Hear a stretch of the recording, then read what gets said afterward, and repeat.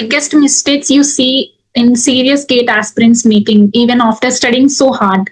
Like they will study for some hours. That result.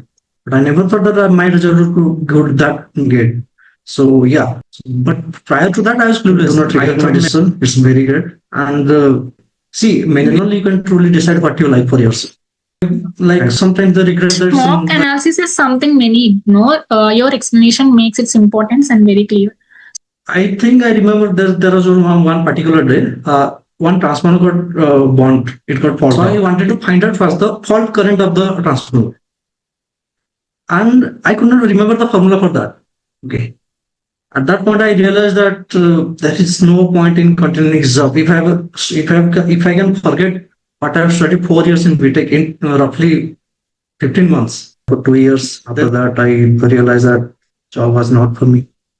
I left my job to prepare for GATE. I completely started from level 0. I failed in GATE. I think I got something 8,000 rank or something.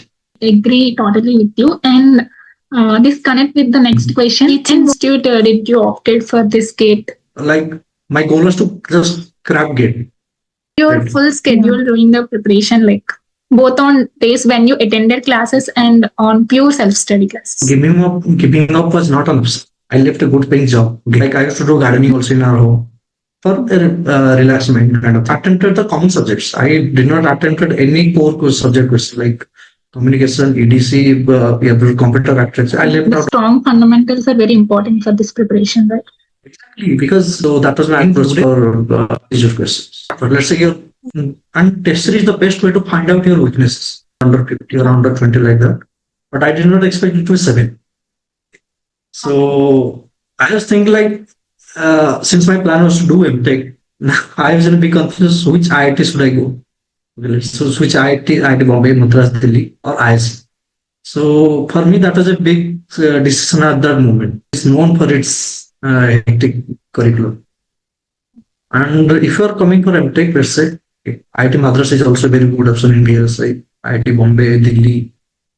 Hyderabad is also like apart from top IITs, IIT Hyderabad is also a good option for those who want to pursue MTech in BLSI. So that was also a great interaction for me at that time. Okay.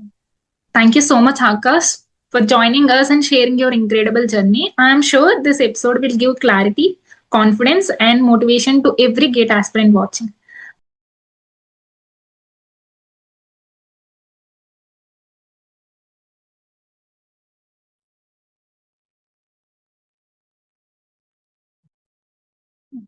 Namaste everyone, this is Saisri and welcome back to Saisri Study Vlogs. As part of our GATE Topper Talk series, today we have a truly exceptional guest with us, that is Mr. Akash Ranjan Sahu, who secured All India Rank 7 in GATE 2024 Electrical Engineering and also All India Rank 113 in GATE 2024 Electronics and Communication Engineering. Akash, thank you so much for joining us. It's an honor to have you on my channel. So before we begin, could you please introduce yourself to our viewers, like your background, where are you from, how you started this GATE journey? Sure. So hello everyone. Myself Akash Ranjan Sahu, as introduced. Initially, I am from Odisha. I did my BTech and primary schooling from Odisha only. After that, I got a job in Tata Power through campus placement. I was in there for 2 years. After that, I realized that job was not for me. I left my job to prepare for GATE. I gave 1 year to that. After that, I got into IISc. Now I'm just about to complete my mtech, and next year I'll join another private company from here. Currently, I'm doing my master's in VLSI design, MVLSI, as many of you know. So yeah, that's my journey as of now. Okay, moving on to the next question. When did you start preparing seriously for GATE? Like at what point did you realize that a top rank under All India rank under was possible? See, when you prepare for GATE, you do not like maybe extremely good people. They are like what do you say? Can expect a good rank, but I was just aiming to get a good seat in mtech in a good college, probably in top 4 IITs or IISc. So my target was to get something like under 150, 100. That I was happy with that result. But I never thought that my result would go to that GATE. So yeah, I realized I will get under a 10 digit single digit rank when the gate mock result came. Result in says the answer sheet you get, right? After 10-15 days before the declaration of the main result. When I checked the mock answer sheet, which many coaching centers provide, I found that I might have a good rank. But prior to that, I was clueless. I thought maybe 200, 150, I will get something like that. Do you dream of joining in any PSU when you're preparing for GATE examination, or you want to do MTech? Actually, yeah. See, about that, the job I was in, that was a public service almost. That was directly under, it was Tata Power, but it's a joint company between Tata Power and Odisha government. Okay. So that was basically PSU job. Okay. So I got a taste of PSU job right after campus.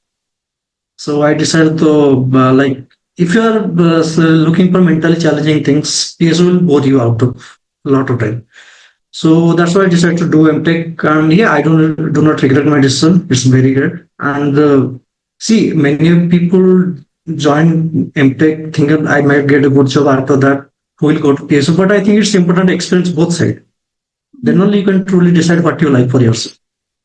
Right? I see many of my friends join right out of college. They join MTech here, but they like sometimes they regret that some like maybe it should have been a better choice if I have gone to PSUs.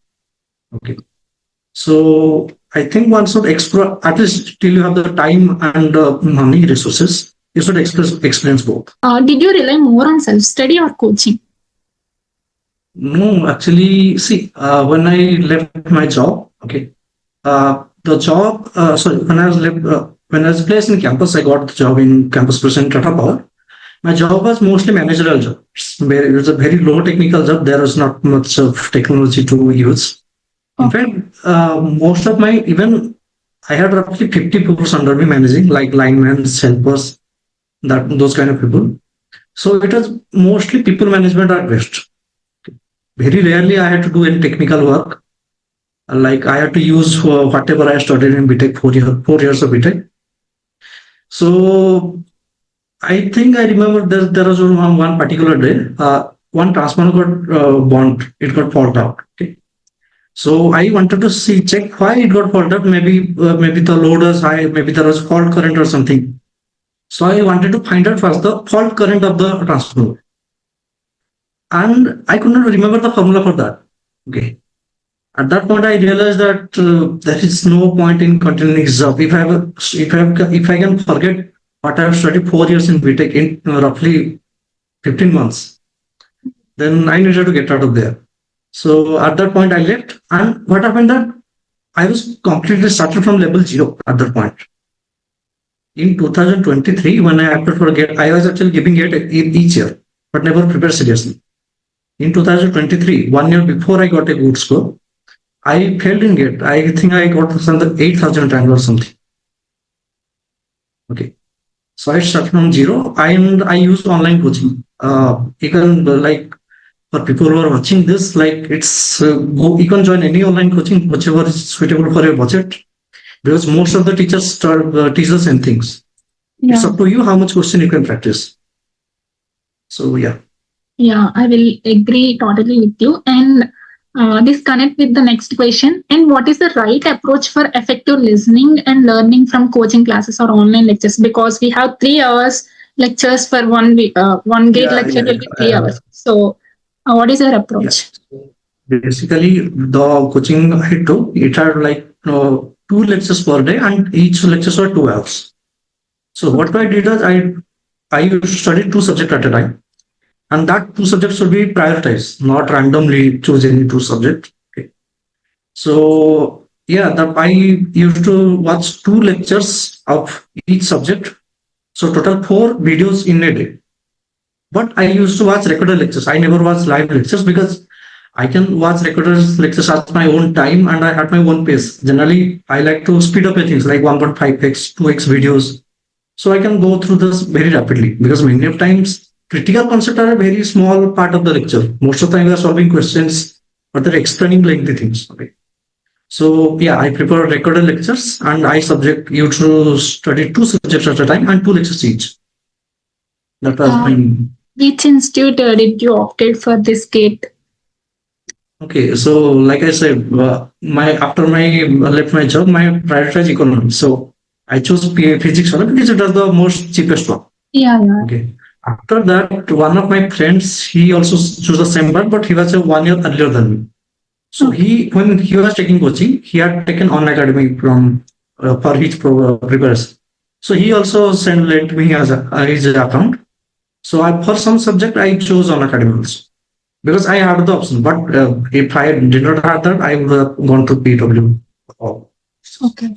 So we have one question from one of my subscribers that many students depend on YouTube, NPTEL, and online courses. So at any point, these YouTube lectures or NPTEL courses helped you in your GATE preparation?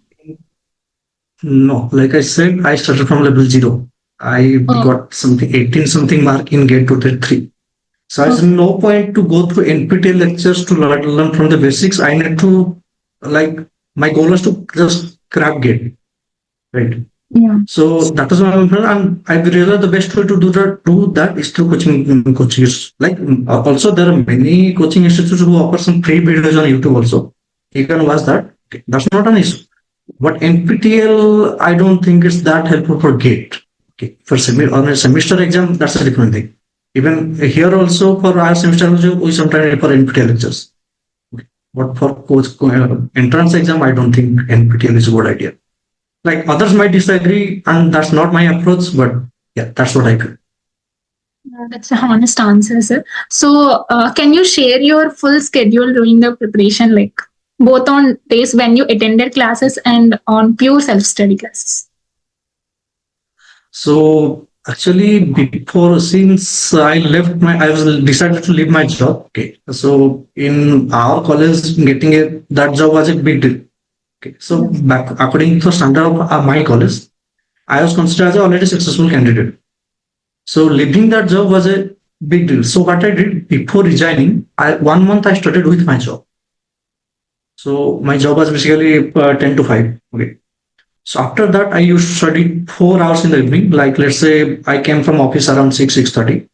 I used to sit for 7 to 9 or 2 hours, had dinner, one and some break, 9 to 10. Then 10 to 12, another lecture, and two lecture in the morning before 10. Okay. So that was my daily strategy while I was in the job. Once that 1 month was complete, like this was in March, okay. So I decided that I need more time to focus on this, my GATE preparation. I need more time to practice. But that 1 month was entirely watching the videos. I barely had any time to practice or solve the class assignments, things like that. Okay. Yeah. So after 1 month, I decided that I need to get this preparation full time. So when I resigned, after resigning, like I said, I used to sit 4 hours before lunch, 4 hours after lunch, and in between in the evening, like roughly 1 hour, I used to keep for question practice. Okay. And every weekend, like if anyone is preparing seriously, they should have taken any test series or something like that, or mock test. That was I kept only in the weekend. And that only on Sunday. It is 6 days, 6 days of the week. I studied only videos and classworks. That's it. Okay. Did you revise the previous subject once you finish with the current subject, or? Yeah. So my experience with that is I was advised my friend to do the same. Actually, the friend who advised me, he also got a good rank. He also got something 80 something rank in double. He's also completing his master's in IIT Bombay in AI. Okay. So he told me that you should revise each subject continuously as you are covering the entire syllabus. I tried that, but what happened that let's say I finished medicine in April, electrical business, and I finished it in April. By June, when I tried to revise that, I found that I have forgotten many things. Yeah, that's the. It was like starting from zero again. Okay. So, and so I decided that there is no time in wasting so much time for previous parts. But what I did, I focused entirely on completing the subject. So by November, I was finished with the entire syllabus of electrical engineering, all 11 subjects. I kept 2 months specially for revision on November, December. By November, first day I finished my syllabus. November, December, I entirely revised on nothing else. No test series, no mock, only revision and PI. So So yeah, many people do that, like they revise simultaneously while covering other subjects. If you can do that, that's great. But I found that approach to be tedious. So I kept separate time for the revision only. But it have to be big time because you are completing entire 11 subjects. Okay. So you need at least 2 or 1.5 months to revise entire thing. So yeah, that was my approach for revision. A smart strategy, sir. So many aspirants struggle with consistency because it is 1 year process. So did you feel demotivated or feel giving up at any moment? So if so, how did you push See, through? for me, giving up was not an option. I left a good paying job. Okay. So Yes. my parents decided that, see, if like my parents told me, if you want to go for it, so we support you. But make sure that you are themselves to support yourself. At the no point you should not feel that I cannot do this. Okay. Yeah. If anyone is feeling that, it's like how to say this, like just plow force through. Okay. Just a brute force approach that I have to complete this anyhow. And it's not like I was entirely studying because in my breaks I used to watch a lot of series, movies. So it's not like an entirely study. Not that kind. I used to study 8 hours a day. Still leaves plenty of time to do some other works, or let's say, like I used to do gardening also in our home for a relaxed mind kind of thing. So yeah, I don't think that's a rigorous study. That's an amazing mindset, Akash. And since you attempted both Triple E and EC paper, did you notice any overlap that helped in your preparation? Yeah. So since my aim was to get in MTech, and that way in BLS, and I am from double background. So Yeah. I was advised to study the EC subject very seriously. Yeah. So if you see the syllabus of double E and EC, the analog digital electronics part especially, that's a little bit easy for double E guys compared to EC guys. But I prepare according to an EC syllabus. I prepared for double E, but I completed the EC syllabus for analog and digital. Okay. Not their core subject, like I did not study communication or ADC, that kind of thing. That I studied after it. But Okay, you when I was finished preparing with for the GATE, three subjects. You finished all the three I subjects. Yeah, continue. I only finished the common subjects, like we have control system, signal, network, analog, digital. Okay. Okay. These are the common subjects you get in both EE and EC. Yeah. I completed those subjects according to EC syllabus, not EE syllabus. Okay. Okay. So that because EE syllabus is easy in those subjects compared to EC. Main challenge in EE is the power system missing, these two subjects for many people. Okay. And power electronics. But those are not useful for me in my MTech. Like, so the useful subjects for me in MTech was network, control system, analog, digital. I studied these subjects from the EC syllabus. And when I applied for EC, I only attempted the common subjects. I did not attempt any core subject like communication, EDC, computer architecture. I left out all. So yeah. Yeah, that's a very great approach. And how did you approach core subjects like control systems, networks? So as you have mentioned, analog, digital. See, these are course subjects for EC guys, not EE guys. Double E, like my preparation is entirely on double E. So for double E, our course was missing power system, power electronics. These are the main core subjects.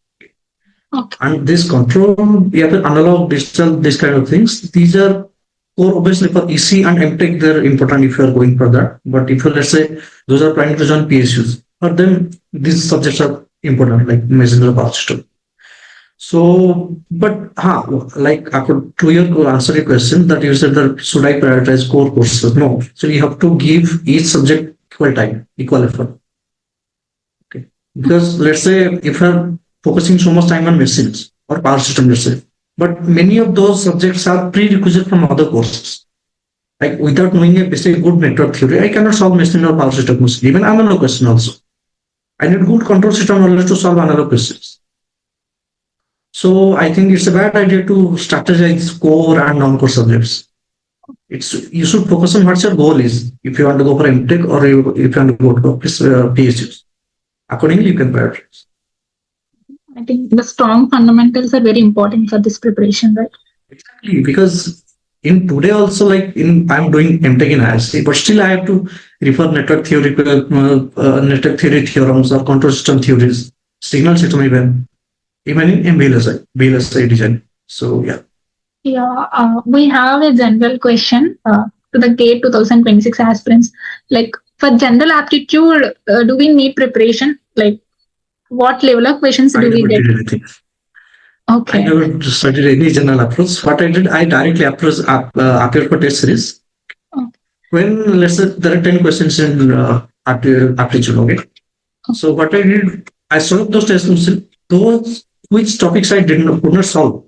Let's say there was a question from time and speed, or Mm. interests, or pattern recognition. If I could not solve this question, then what I used to do, I used to go to the coaching site. They also had done entire aptitude lecture series.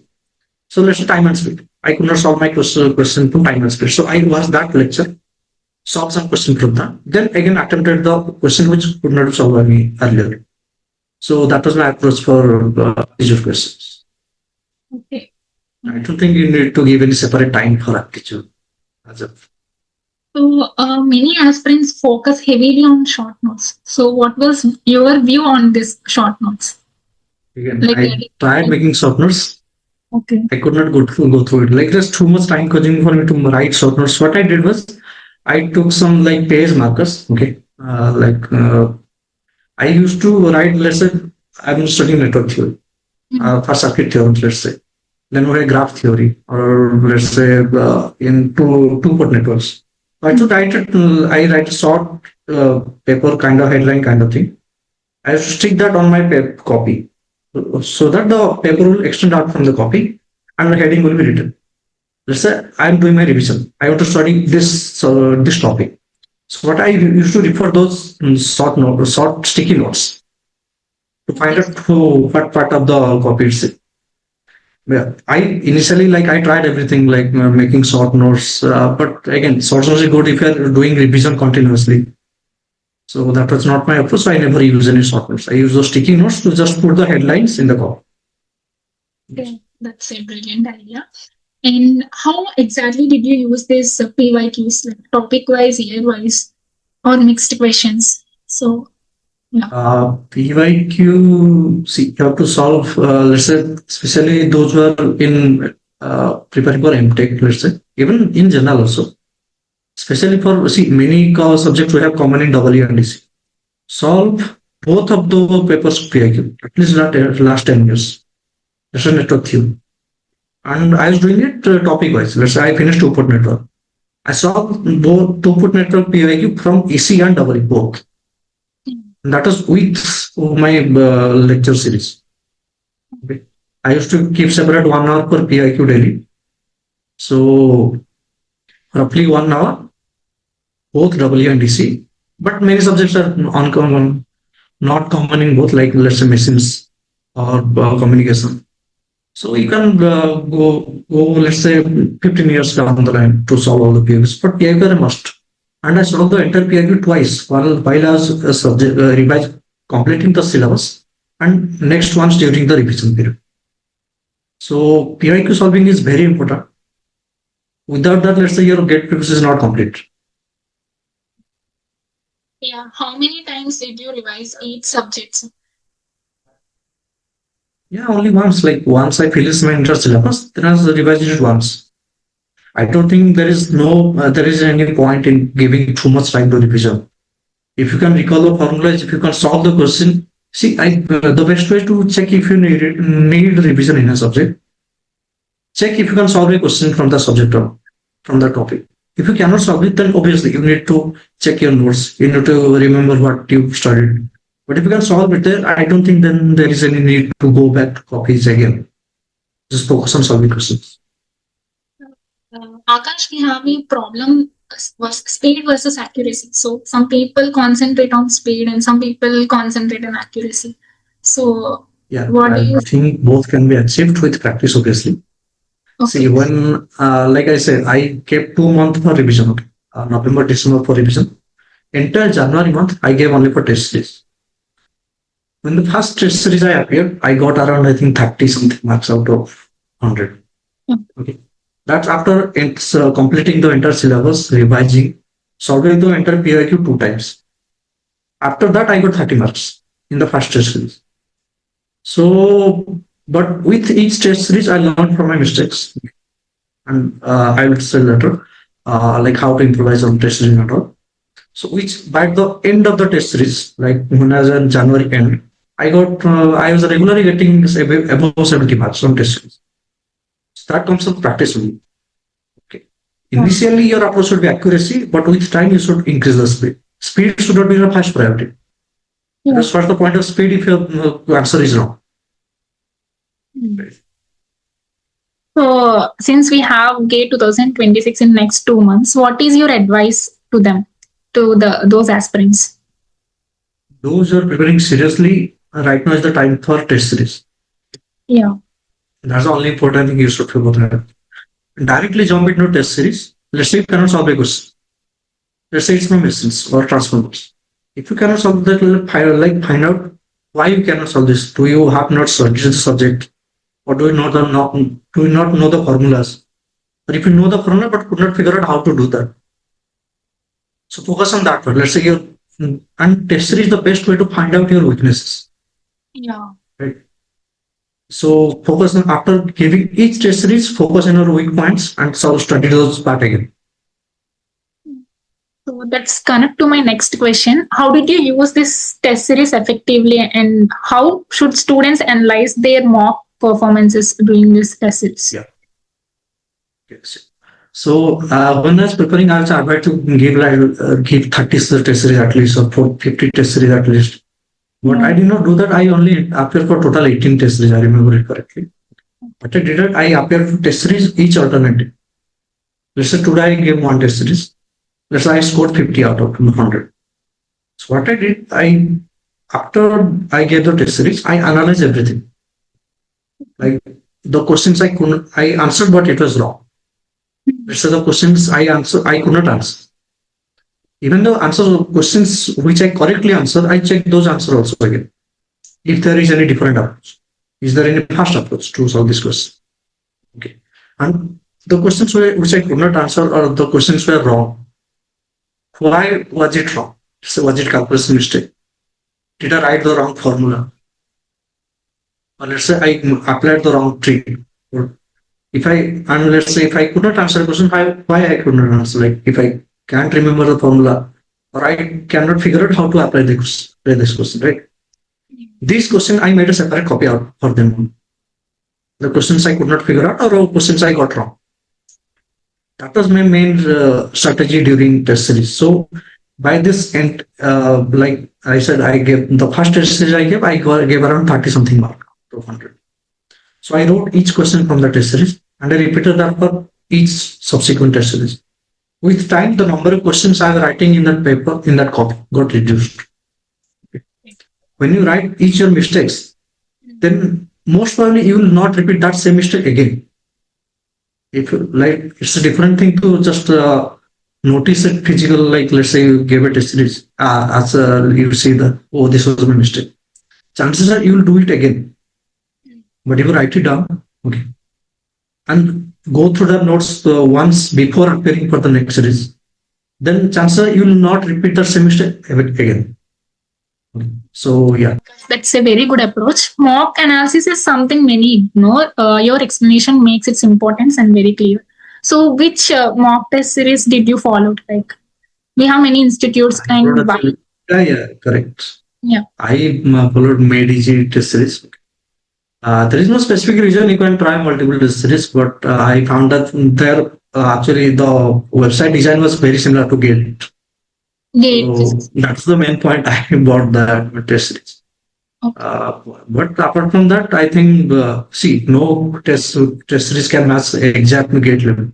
Okay, you can buy any test series, but buy those test series which are relevant at least, not that making extremely hard paper or extremely easy paper like some institute do that.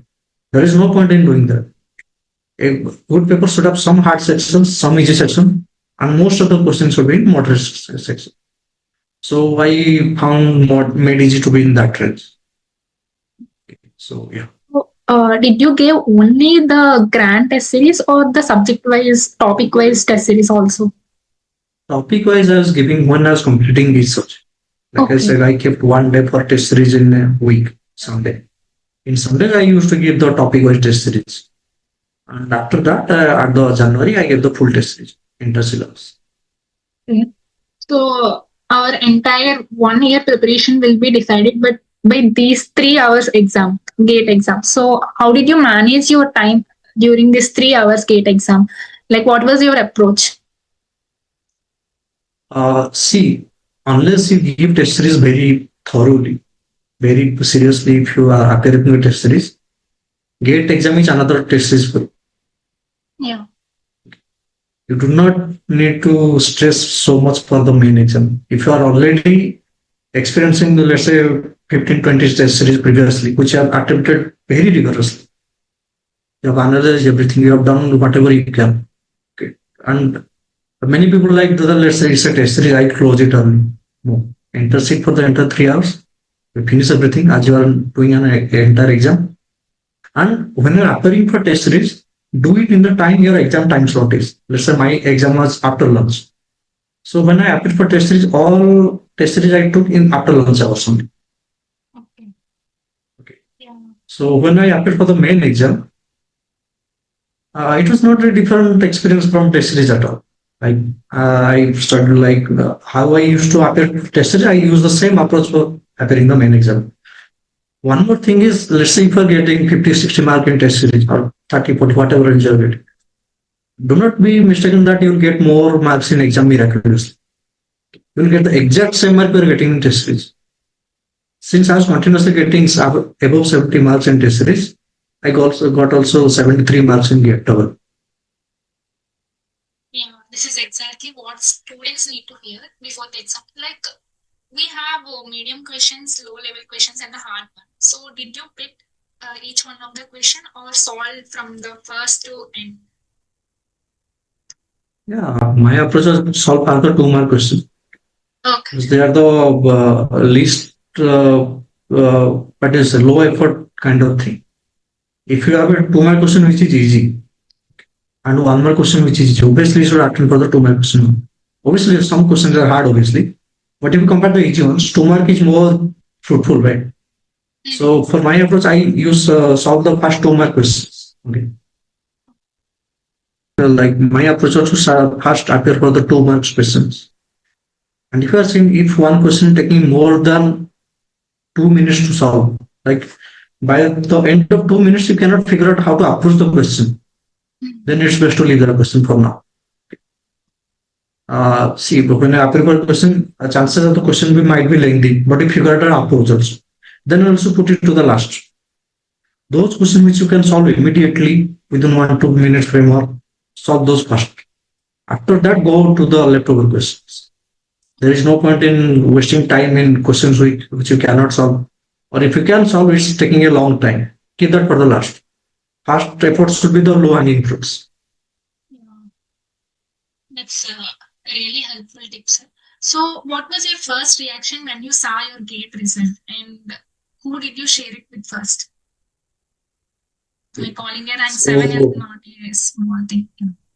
yeah, but see, I like I told, I got from the answers, the response you get, you can figure out what will be the mark, right?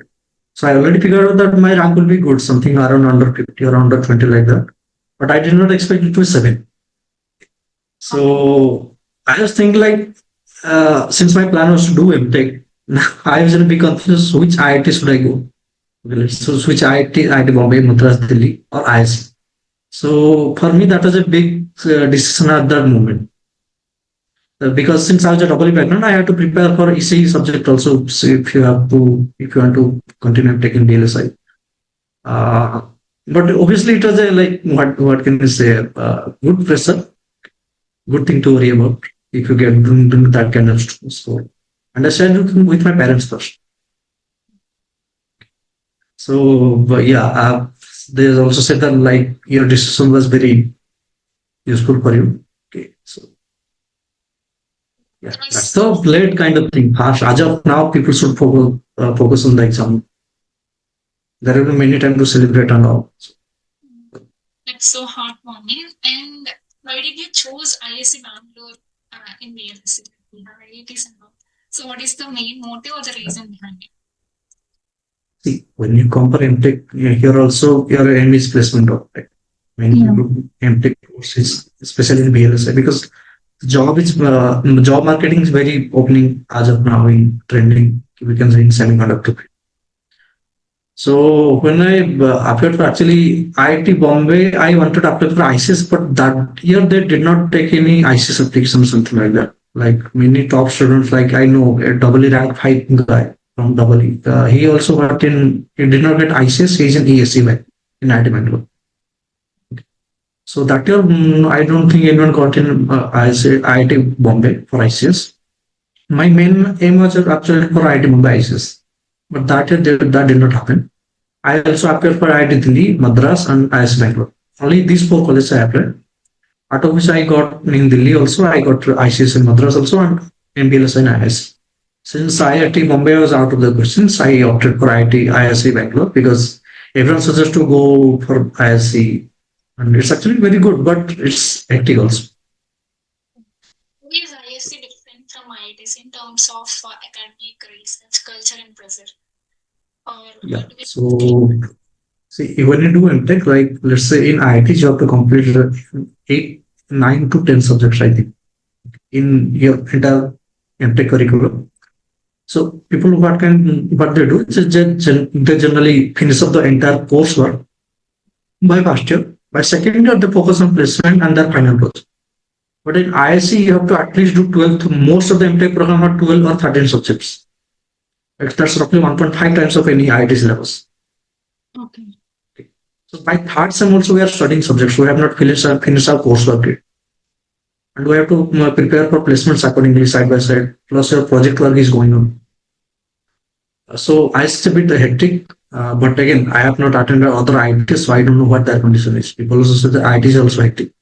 IISc is known for its hectic curriculum.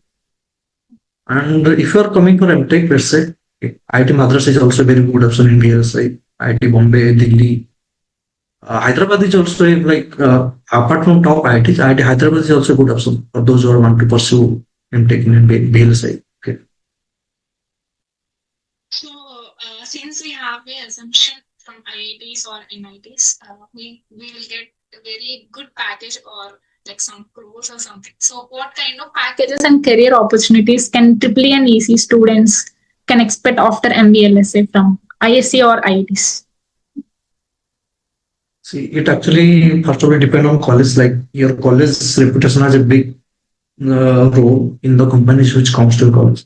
For example, many colleges only go to specific college for such role. For example, Cisco only goes to, I think, IISc and IIT Madras for their roles, the hardware roles. And many companies also prefer IISc or let's say IIT Bombay, IIT Madras. And the packages which you get is actually quite good. Like in our department, the average salaries are around, I think, 35, 36 cities, LPA cities. That's the average salary. Highest can go up to 50, 55, something like that. And lowest, I think people get around 20, 15, 18, that kind of figure. But it's not like that if you get into IC, you will get the placement. No, here also you have to study a lot. Here also the competition is very high. And one more thing to keep in mind is like, let's say you are not getting the top branch in IISc, but you are getting a top branch in, let's say, IIT Hyderabad or IIT Delhi, Madras. It's better to go for the top branch instead of getting a middle branch in top branch. Because let's say when companies come, they will most probably prefer the people from the top branch only. After that, they will go to other branches. So it's important. College tag is important also. I'm not deciding with that, but it's also important what branch you are. Okay. So it's better to go to a top branch in a mid-level college than to go to a top college and get a mid-level branch. That's something to focus on while applying for MTech. And if you do enough hard work, you can easily get a good placement. Okay. Moving on to the next question. What are the biggest mistakes you see in serious gate aspirants meeting, even after studying so hard, like they will study for some hours. So, did you found any Yeah. mistakes? If anyone is studying so hard, still not doing well, I think it's about practicing questions. Many people post homeworks on theories, learning formulas, learning concepts. This is important, but it's the questions which will get you very good marks in the exam. How much questions you have solved, how fast you can solve the question, how accurately, is there any short trick to the question? It's not a good thing like to learn short tricks for exams, but this is what our system is. If you can solve a question faster than another person, doesn't matter who is the more intelligent, you'll be the one who will be selected, right?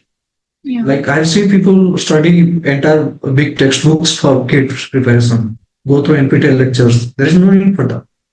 Study directly to the point that I have to solve questions. That's it. That should be my mindset. Like solving PIQ rigorously, solving whatever questions are given in class, solving test series questions. That will be the main deciding point in any get preparation. How much questions you have solved. Yeah. Since it is a competitive exam, we must be prepared with that. That's what our system is in our country. Yeah. So, if you had to give one suggestion or one success mantra to the GATE 2026 aspirants, what it would be? Test series and questions, nothing more. Like, Those two see, I think for my entire preparation, the entire deciding factor was the test series, roughly 50% I can say. Like entire revision, completing syllabus, PYQ is one thing, and test series is entirely one thing. So yeah. that can be your deciding factor in your exam. Okay, let's say if you have not completed an entire syllabus, let's say you have completed around 60% of syllabus. Like for me, let's say when I gave for EC exam, I did not study any other core subjects, and I have no idea also like how to like I don't know what communication is about or EDC was at that time.